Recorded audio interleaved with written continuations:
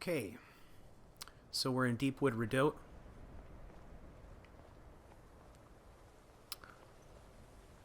We are after a set of ancient shrouded armor that has been left to me by some Dark Brotherhood assassin of old. So what is our strategy? We're going to peck away at him.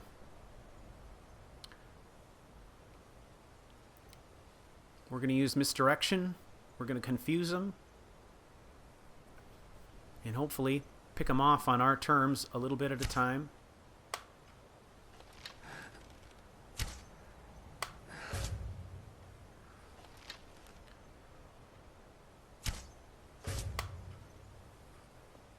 There's one down.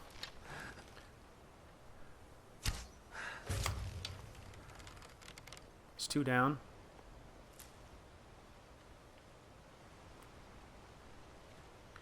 Okay. They are likely going to try to converge on the spot that was the source of the fire.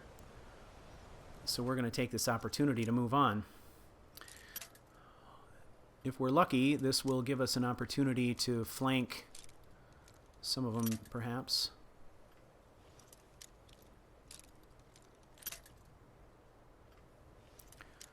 Come on now. Oop. There's a sweet spot. Mark that spot. Okay. So let's go back to that spot.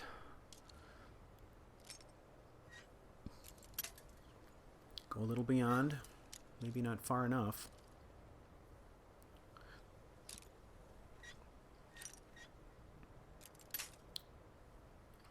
Seems like a lot of play for a master lock. Let's confirm that. Yeah.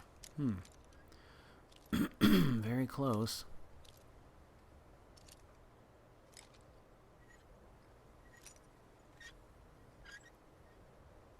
Come on.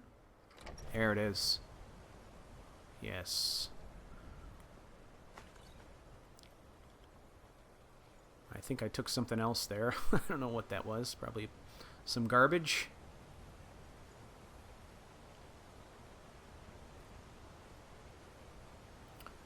Alright. There's a guy we're going to have to worry about. Let's go in here, confirm. Okay, we're not going to get flanked.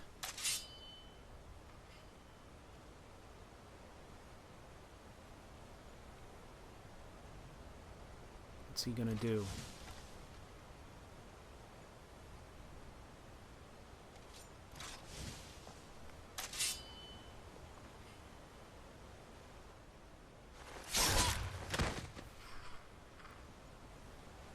Dispatched.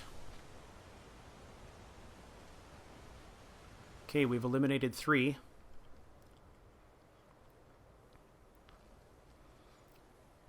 It's kind of hard to see in here. Let's get an idea of what we're up against. Oh, wow. There's a lot of them. Okay.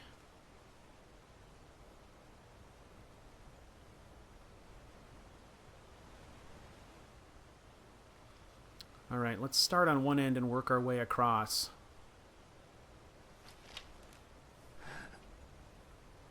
There's a guy sleeping here. He's a sitting duck if we can hit him. He's done. Okay. He calls his buddy to his location. 2. I like how their bodies are nice and neatly piled up inside a tent. We inadvertently concealed the bodies from range. That's awesome.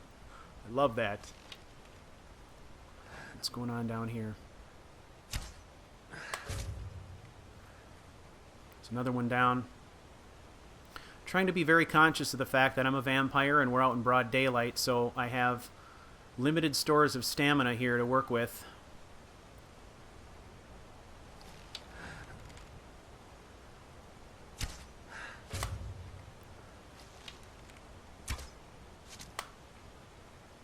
This follow-up. All right. How we doing now? Lost.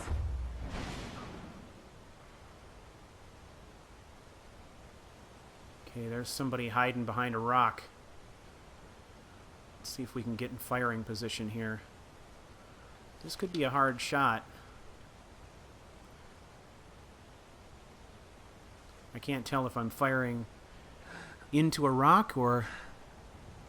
No, there's a person there. Let's see if we can thread the needle here. Nope. I have a feeling my arrow was intercepted by something in between me and the target there, so... Lost.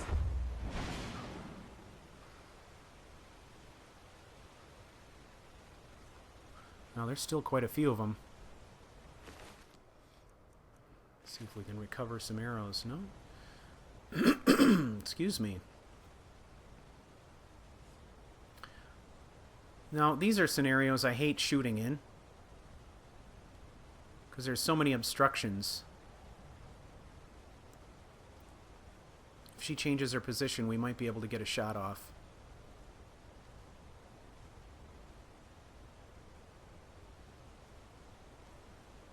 We're doing pretty good. So far, we've managed to eliminate quite a few without being detected.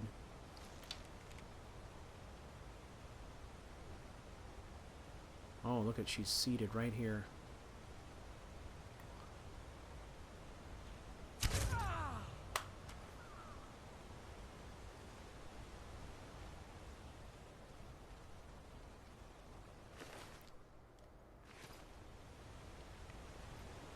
You really get a sense for the power in that bow as you go up levels in Overdraw. You can sort of feel the difference in power.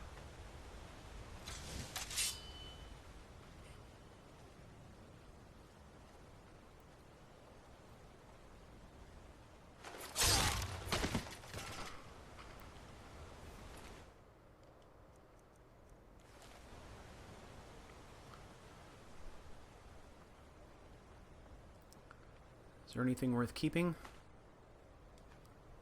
There is. Let's take that. So as I mentioned earlier, I specialize primarily in elven weapons. The reason I did that is because once I max these out, I smith them up as best I can at higher levels. I'm really not that many points off in terms of maximum damage from a Daedric bow. So my view was that I could save the perks that I would have spent on smithing up to Daedric or Dragon level, and I could spend those on other things. So that's kind of what I've done. At this point, I have an elven bow that I've smithed up as high as I could. I believe that right now I'm currently, I think, level 97. Something like that. There's another one down. Level 97.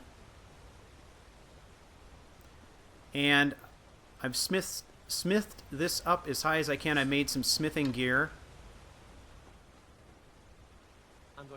And I'm able to one-shot giants with this thing. So at this point, I feel like it was really the right decision. I've put a single enchant on this. I am working on levels of enchant, but I'm not up to that point yet where I can do the dual enchant. So I put a paralysis enchant on this. I like the paralysis as an enchant because I can set the length of time for the paralysis very low, down to 1 second. 1 second is all I need. I just need to buy enough time to get off that second shot. And what that has the effect of doing, of course, is gives me a huge number of charges. So I almost never have to recharge this bow. I never have to worry about it. The same goes for my daggers. I use paralysis on one, and I use fiery soul trap on the other. And they both work the same way. I can set the total number of seconds required for the enchant effect very low, down to 1 second, and get a huge number of charges. It's one of the the few enchants that actually works that way, where you can kind of set it and forget it. So in both cases, it works in my favor. Plus, the addition of Fiery Soul Trap rather than Standard Soul Trap means that not only am I trapping the soul, but I'm getting a nice damage buff from flames at the same time. An extra, 10 points or so of damage. I'll take whatever I can get. It's just that much better, 10 points, than a Standard Soul Trap. Surprise! The paralysis is nice too because it functions in much the same way as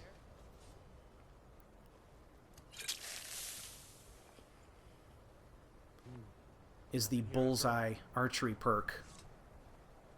It's a brief paralysis. Like I said, only 1 second, but that 1 second is all I need to get that second arrow off.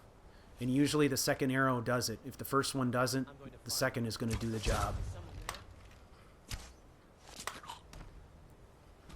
Like that. Forsworn Briarheart down in 2 shots. With surprise, of course. That's essential.